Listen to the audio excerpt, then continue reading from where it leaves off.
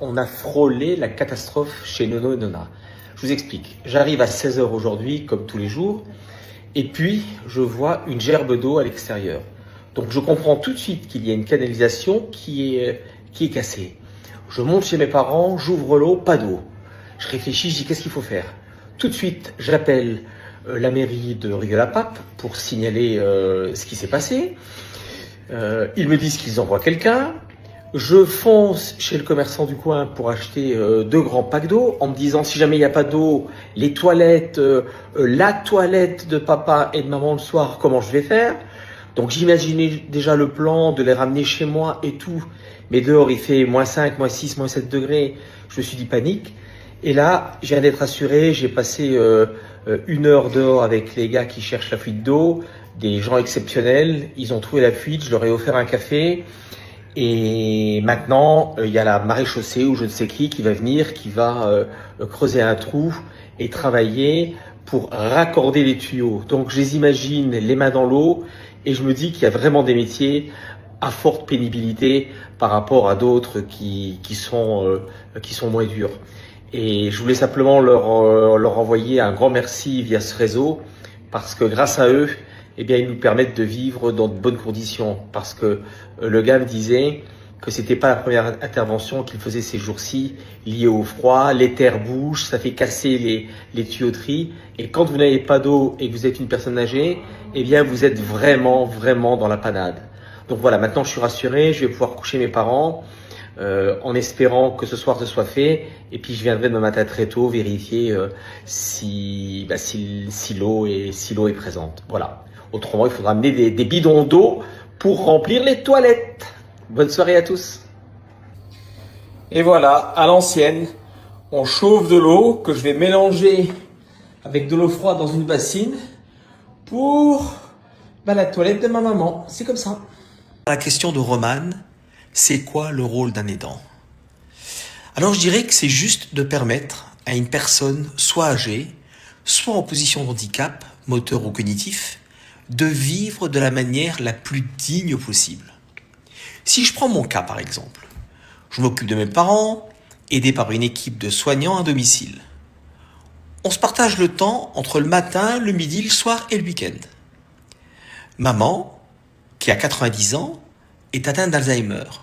Et papa a 97 ans sans aucune pathologie, si ce n'est qu'il est un peu sourd et qu'il marche avec un déambulateur.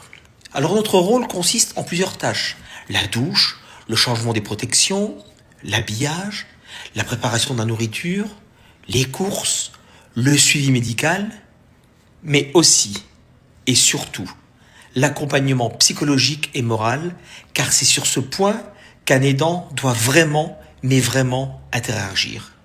Faire en sorte de ne jamais angoisser la personne aidée, de ne pas lui montrer qu'elle est dépendante, de la valoriser, de ne pas la faire se sentir atteinte dans sa dignité lorsqu'une situation gênante survient.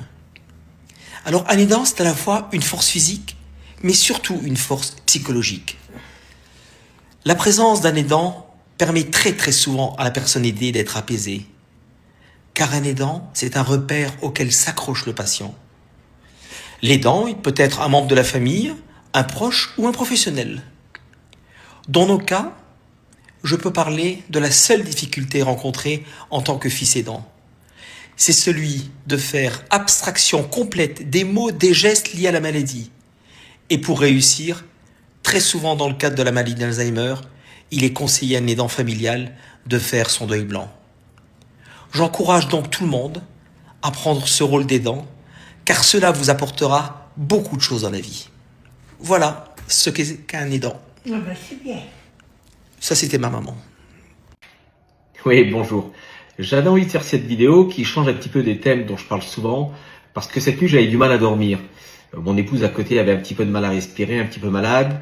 Donc, je me suis mis à scroller sur les sites américains pour comprendre ce qui s'était passé à Minneapolis. Vous savez, cette dame qui voulait empêcher des agents de ICE, le service d'immigration américain, voulait empêcher d'avancer et donc elle a mis son véhicule en travers. Et qu'est-ce qui s'est passé? Elle a voulu accélérer et sur plein d'angles, on voit qu'à aucun moment elle veut percuter un policier et un policier à bout portant lui tire 2 balles dans la tête. Et là, Trump et toute son administration font en sorte de dire que c'est normal. Et moi je dis qu'on est dans un monde de fous. On est tombé dans un monde de fous. Comment nos gouvernements continuent à avoir des contacts avec ce fou furieux qui veut aujourd'hui envahir le Groenland, qui kidnappe effectivement un dictateur, mais qui le kidnappe quand même, qui veut régir le monde. Moi, ça me fait un petit peu peur. Ça me fait un petit peu peur. Alors, même si c'est très loin des thèmes que je défends tout le temps, j'ai juste envie d'évoquer ce sujet avec vous parce que je trouve que le monde part, excusez-moi le terme, part en couille. On est dirigé par des fous furieux. Et je me demande si à un moment donné, il faudrait pas qu'il y ait un virus qui vienne un petit peu éradiquer cette connerie qu'il y a sur cette terre. Voilà. Alors, ne m'attaquez pas, ne m'agressez pas. C'était juste un coup de gueule que j'avais envie de pousser. Voilà. Je vous souhaite quand même, malgré tout, une bonne journée. Puis je vous montre la belle vue que j'avais ce matin de ma maison. Voilà, je vous embrasse tous quand même. Et voilà, ce matin, c'est très très joli.